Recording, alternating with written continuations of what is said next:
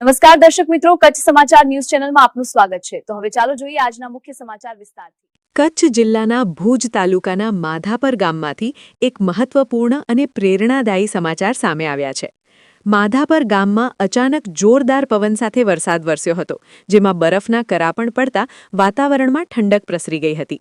આ અચાનક આવેલા પવન અને વરસાદના કારણે ગામમાં ચાલી રહેલી પવિત્ર રામકથાના આયોજનમાં થોડો વિક્ષેપ સર્જાયો હતો।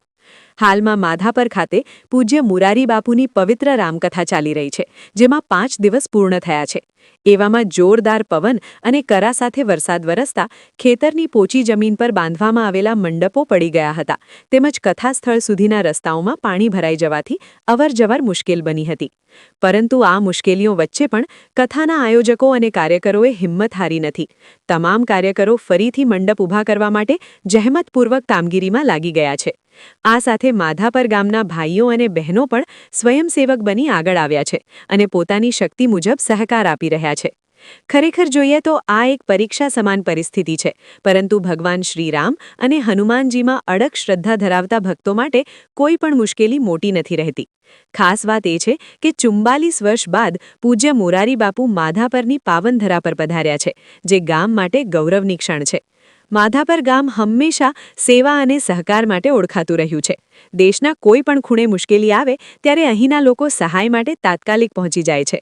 આજ પણ એ જ ભાવના સાથે ગામજનો કથાના આ પવિત્ર પ્રસંગને સફળ બનાવવા માટે એકજૂટ થયા છે। મીડિયાના માધ્યમથી તમામ આસપાસના ગામોના શ્રદ્ધાળુઓ અને ભક્તોને અપીલ કરવામાં આવે છે કે તેઓ સ્વયંસેવક બનીને આગળ આવે અને આ પવિત્ર કાર્યમાં સહભાગી બને। આપણા આંગણે આવેલો આ અવસર માત્ર એક કાર્યક્રમ નથી, પરંતુ આપણી શ્રદ્ધા, સંસ્કૃતિ અને એકતાનું પ્રતીક છે।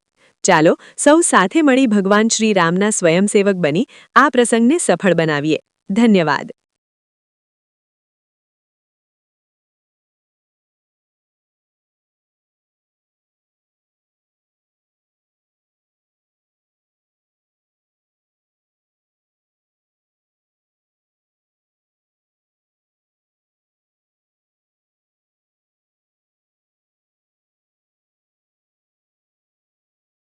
નમસ્કાર દર્શક મિત્રો, આ હતા આજના મુખ્ય સમાચાર। તાજા સમાચાર સાથે ફરી મળશું। જોતા રહો કચ્છ સમાચાર।